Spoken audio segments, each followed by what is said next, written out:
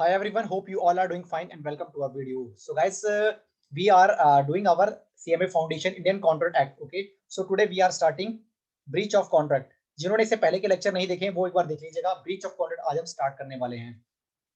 So guys इसका मतलब क्या होता है ब्रीच ऑफ कॉन्ट्रैक्ट का मतलब. So guys breach of contract का मतलब होता है कि मान लीजिए राम और श्याम नाम के दो व्यक्तियों ने कॉन्ट्रैक्ट किया कार को बेचने का, कार सेल करने का. ठीक है, राम और श्याम नाम के व्यक्ति ने कार को सेल करने का क्या किया, कॉन्ट्रैक्ट किया.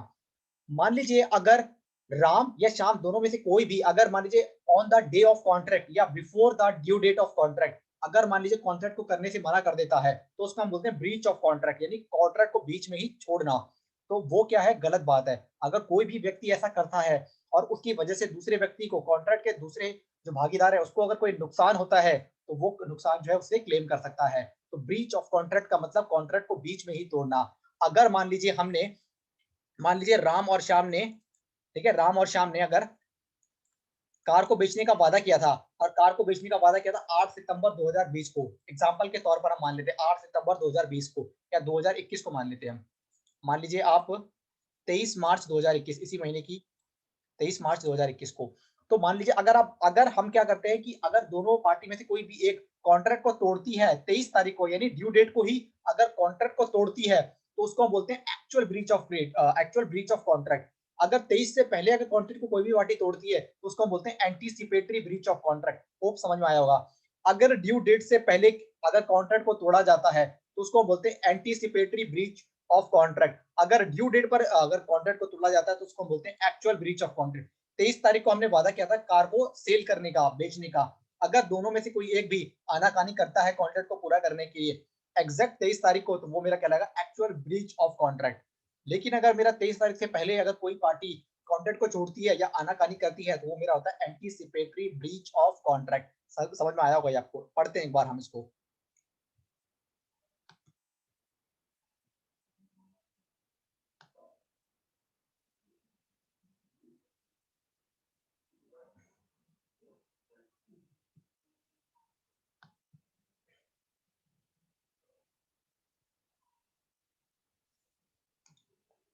When the promiser refuses altogether to perform his promise and signifies unwillingness even before the time of performance has arrived, it is called anticipatory breach.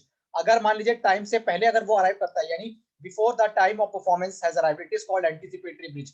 Where the promisor refuses to perform promise on the schedule day, अगर schedule day यानी due date पर करता है तो उसको हम बोलते हैं actual breach of contract. When one of the parties break the contract by refusing to perform the promise when it falls due, it is called actual breach of contract. समझ में आ गया होगा.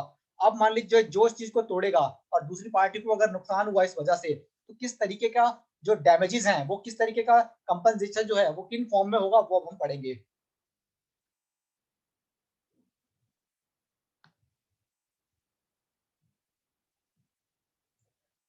डैमेजेस जो है वो क्लेम कर सकता है. पहला है normal damages, compensation for any loss or damage which arises naturally in the normal course of event. Ordinary damages are calculated by measuring the difference between contract price and market price on the day of breach. कैसे? On the date of breach. अब समझिएगा मेरी बात, example से समझते हैं. राम ने contract किया किससे? श्याम से. राम था सेलर लैपटॉप बेचने का, श्याम था बायर. ठीक है, 50,000 में 50,000 में बात हुई. एप्पल का लैपटॉप था, महंगा लैपटॉप था. ठीक है, तो राम ने वादा किया श्याम को कि वो 50,000 में अपना लैपटॉप बेच देगा. श्याम को थोड़ा अर्जेंट बेसिस पर चाहिए था, वर्क फ्रॉम होम चल रहा था उसका, उसको अर्जेंट में लैपटॉप लेना था. ठीक है, और शाम को मान लीजिए लैपटॉप, मान लीजिए इनको लेना था आज है क्या नाम इसका 21 मार्च 2021 को लैपटॉप लेना था, क्योंकि उसके बाद जो है उसकी मीटिंग थी, किसकी? शाम की अर्जेंट मीटिंग थी. ठीक है, मान लीजिए अगर 21 मार्च को क्या करे, राम जो है मना कर दे देने से लैपटॉप को, सेलर जो है मना कर दे शाम को लैपटॉप देने से. और शाम को क्या था कि अर्जेंटली लैपटॉप चाहिए था, तो फटाफट से मतलब हड़बड़ी में ये गया और उसने 65,000 पे क्या खरीद लिया, लैपटॉप खरीद लिया श्याम ने. ओके, अब क्या हुआ कि 50,000 में खरीदने की बात हुई थी, अब हड़बड़ी में तो उसको महंगा ही पड़ेगा, तो 65,000 का, तो कितने का उसको नुकसान हुआ? 15,000 का. तो ये 15,000 जो है वो श्याम जो है वो राम से वसूलेगा, और यस वसूल सकता है. तो आप समझ रहे होंगे। इसी तरीके के बहुत सारे एग्जांपल है जिस वजह से सेलर ने मना किया या बायर ने मना किया, तो अगर जिस पार्टी को नुकसान हो रहा है तो वो क्या है, वसूल सकती है कंपनसेशन। तो ऐसे डैमेजेस को जो हम क्लेम, जो कंपनसेशन हम रिकवर करते हैं, इसको हम बोलते हैं नॉर्मल डैमेजेस। मतलब जो आपको नुकसान हुआ हम नुकसान दे देंगे, खत्म बात। तो आपको समझ में आ रहा होगा। सपोज अगर श्याम जो है वो खरीदने से मना कर दे और राम को मान लीजिए, आपने देखा कई बार सब्जी का, हमने सब्जी का जो है किससे कॉन्ट्रैक्ट किया या फलों का, अगर वो मना कर देगा तो सब्जी कुछ ऐसी चीजें होती हैं गाइस कि अगर हम ज्यादा समय तक अपने पास रख नहीं सकते। अगर हमने किसी के साथ कॉन्ट्रैक्ट किया हुआ था कि भाई वो 50 मान लीजिए वो 10,000 की सब्जी खरीदेगा, शादी या ब्याह था या कोई बर्थडे पार्टी थी, वो मना कर दे उस दिन पर, तो अपने को क्या होगा, नुकसान होगा। तो सब्जी को हम क्या कर सकते हैं कि रख नहीं सकते अपने पास, रखेंगे तो खराब हो जाएगी 2-3 दिन से ज्यादा, तो हम उसको कम रेट पर बेच दिया। तो जो नुकसान होगा वो मुझे, अगर बायर ने धोखा दिया है तो बायर से रिकवर करना पड़ेगा, सेलर ने किया है तो सेलर को देना पड़ेगा। समझ रहे आप? जो जो जो कॉन्ट्रैक्ट को तोड़ेगा वो नुकसान भरेगा, चाहे वो बायर हो चाहे वो सेलर हो। अब है special damages, where party to a contract receive a notice of special circumstances affecting the contract, he will also liable for special damages. अगर आपने कॉन्ट्रैक्ट करते समय, क्योंकि पार्टी को पता होता है कि भाई अगर ये कॉन्ट्रैक्ट तोड़ेगा तो क्या करना है, अगर पार्टी के दोनों पार्टी अगर कॉन्ट्रैक्ट में अगर स्पेशल डैमेजेस के बारे में भी मेंशन कर दे तो वो भी एक रिकवर होगा, अगर मेंशन नहीं है तो नहीं मिलेगा। ये समझ में आ गया होगा आपको। उसके बाद है विंडिक्टिव। विंडिक्टिव का मतलब क्या होता है कि विंडिक्टिव और एग्जेम्पलरी डैमेजेस का मतलब, विंडिक्टिव और एग्जेम्पलरी डैमेजेस का मतलब होता है गाइस कि क्या होता है कि कई बार क्या होता है कि कई बार ऐसा होता है कि अगर किसी ने बीच में कॉन्ट्रैक्ट तोड़ दिया तो उस कॉन्ट्रैक्ट को तोड़ने से दूसरी पार्टी को जो नुकसान होता है वो तो अलग बात है, कई बार उसके सम्मान को ठेस पहुंच जाती है। मान लीजिए आपने, एक बहुत बड़ा व्यापारी है जो किसी बैंक के साथ, मान लीजिए एबीसी नाम का एक बैंक है, उसके साथ उसका ट्रांजेक्शन चलता रहता है, चेक जमा करना, चेक निकालना अच्छे से चलता है। मान लीजिए अगर किसी बड़ी पार्टी के साथ उसका व्यापार था और उसके बैंक ने जानबूझकर या किसी भी कारण से अगर उसका चेक डिसऑनर कर दिया और दूसरी पार्टी ने उसको खरी खोटी सुना दी, तो इस केस में क्या हुआ गाइस कि गलती क्या थी, बैंक की थी। अगर बैंक की गलती की वजह से अब उसका क्या है कि उस जो व्यापारी है उसने उसको सुनाया होगा, उसने सुनाया कि भाई तुम्हारा चेक डिसऑनर हो गया, तुम्हारे बैंक में पैसे नहीं रहते तो तुम क्यों कॉन्ट्रैक्ट करते हो किसी के साथ, आगे से हम तुम्हारे साथ कॉन्ट्रैक्ट नहीं करेंगे, और लोगों को भी हम तुम्हारे बारे में बताएंगे कि इनके साथ कॉन्ट्रैक्ट मत करो। तो उसकी जो छवि है, उसकी जो गुडविल है, गुडविल को अफेक्ट हुआ है। ठीक है ना? उसकी जो समाज में जो छवि थी, जो व्यापारियों की भी जो छवि थी, वो उसको प्रभाव होगा, बाकी लोग जो है उससे काम करवाने के लिए मना करेंगे। तो ऐसे केसेस में जो है विंडिक्टिव और एग्जेम्पलरी, उसमें क्या हो सकता है कि वो कोर्ट से परमिशन ले सकता है या कोर्ट परमिशन दे सकता है कि आपको डैमेजेस तो पे करने भी है लेकिन आपको माफी भी मांगनी पड़ेगी और फर्दर ऐसा काम नहीं होना चाहिए। सेम ऐसा for breach of promise to marry, आपने आपने क्या शादी, दोनों जो लड़का लड़की का आपस में शादी के लिए बातें चल गई, कार्ड वार्ड छप गए, सारे रिश्तेदारों में कार्ड बढ़ गए, अगर आप अब मना कर दें तो दोनों में से कोई भी एक पार्टी करती है तो उनके लिए कितनी बड़ी बेइज्जती की बात है। समझ रहे हैं आप? तो कई केस में जाता है कि सम्मान को ठेस पहुंच जाती है, तो उसके लिए एक अलग से डैमेजेस भी होंगे, उनको नुकसान भी भरना पड़ेगा, सब कुछ करना पड़ेगा। सो होप यू अंडरस्टैंड हो गया होगा आपको। उसके बाद नॉमिनल डैमेजेस। कई बार क्या होता है गाइस कि कई बार कुछ ऐसी चीजें हो जाती है, कई बार कोई व्यक्ति ऐसा काम कर जाता है जिससे ना उसको जो डैमेज, जो उसको जो कंपनसेशन इस तरीके से लिया जाता है कि उस मतलब इस केस में पैसे से मतलब नहीं होता, उसको ऐसी सजा देना चाहता है कि ताकि समाज में एक अच्छा मैसेज जाए। ठीक है?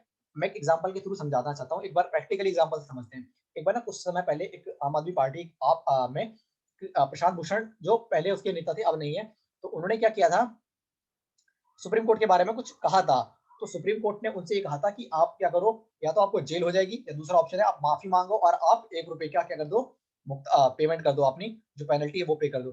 तो 1 रुपए की पेनल्टी इतने बड़े आदमी के लिए, यहाँ पर पेनल्टी मेन मकसद नहीं था, पेनल्टी मेन मकसद ये था कि सुप्रीम कोर्ट का नहीं, कोर्ट का, कि भाई समाज में मैसेज आए कि आप सुप्रीम कोर्ट इतनी जो बड़ी हमारी सर्वोच्च न्यायालय है उसका अपमान इस तरीके से नहीं कर सकते, कोई भी आपका मजाक उड़ा दिया जाए। तो फिर बाद में उन्होंने एक्सेप्ट किया था, 1 रुपए की पेमेंट कर दी थी और माफी मांगी थी। ओके, अगर वो नहीं मांगते तो 100% उनको जेल होती। तो कई बार आपने ऐसा केस देखा होगा कि हम लोगों का जो पर्पस होता है ना, किसी ने गलती करी उससे गलती माफी मंगवाना होता है, ना कि पैसे के फॉर्म में। तो देखना सही, यहाँ पर भी लिखा हुआ है when damages are awarded where plaintiff has proved that there has been breach of contract but he had not fact suffered any real damage। मतलब कि देखो, प्रशांत भूषण ने सुप्रीम कोर्ट के बारे में कुछ बोला तो रियल में तो कुछ नुकसान नहीं हुआ किसी को, लेकिन छवि जो है, भाई कोर्ट सर्वोच्च न्यायालय, आप कोई भी ऐसा थोड़ी एरा गैरा न तो कह रहा कुछ भी बोल सकता है गवर्नमेंट के बारे में या सुप्रीम कोर्ट के बारे में। समझ रहे? द अमाउंट में भी रुपी, या तो 1 रुपये हो सकता है, जैसे मैंने एग्जाम्पल में 1 रुपये लिया था, 10 पैसा भी हो सकता है। मेन पर्पस क्या है कि समाज में एक मैसेज देना है कोर्ट का। Amount of damages depend upon loss of credit and reputation. समझ रहे हो? यहाँ पर रेपुटेशन की बात होती है। Damages for deterioration to cause by the delay, मान लीजिए ट्रांसपोर्टर ने जो डिले कर दिया, सामान पहुंचाने में डिले कर दिया, उस वजह से आपको नुकसान हो गया, ठीक है। तो आप क्या है, जो भी जितना भी डिले होने की वजह से आपको नुकसान हुआ है, मान लीजिए ट्रांसपोर्टर ने शादी ब्याह का मामला था, ट्रांसपोर्टर ने क्या किया, आपको सब्जी नहीं पहुंचाई, चाहे कोई भी रीजन था, आपने लोकल से सब्जी खरीदी और महंगे रेट पर आपको पड़ी क्योंकि आपको इमीडिएटली खरीदना पड़ा, तो जो भी नुकसान है आप ट्रांसपोर्टर से लोगे, यस आपको मिलेगा compensation. Damages can be recovered from the carrier, even carrier का मतलब है transporter company, even without notice. Deterioration need not only implies physical damages but also loss of special opportunity for sale. Okay, ठीक है। तो आपको क्या करना पड़ा था कि सब्जियां क्या आसपास के जो लोकल मार्केट में वहां से खरीदनी पड़ी, जो कि आपको महंगा, तो शादी के बाद आपको बहुत ज्यादा क्वांटिटी चाहिए होती है ना, तो आप बड़ी मार्केट से खरीदोगे, लेकिन बड़ी मार्केट से आपने जो वादा किया था, ट्रांसपोर्टर ने डिले कर दिया, तो आपको शादी तो करनी थी, अपने लोकल से खरीदा और आपको वो महंगा पड़ा। सो आपको ये समझ में आया होगा, हो कि उम्मीद है कि ये जो चैप्टर्स हैं आपको समझ में आए होंगे। कोई भी दिक्कत है आप पूछ सकते हैं, एक या दो क्लास या दो तीन क्लास का और रह जाएगा कॉन्ट्रैक्ट एक्ट, फिर हम स्टार्ट करेंगे अपना सेल ऑफ गुड्स एक्ट या फिर हम एथिक्स स्टार्ट करेंगे, देखेंगे कि क्या करते हैं।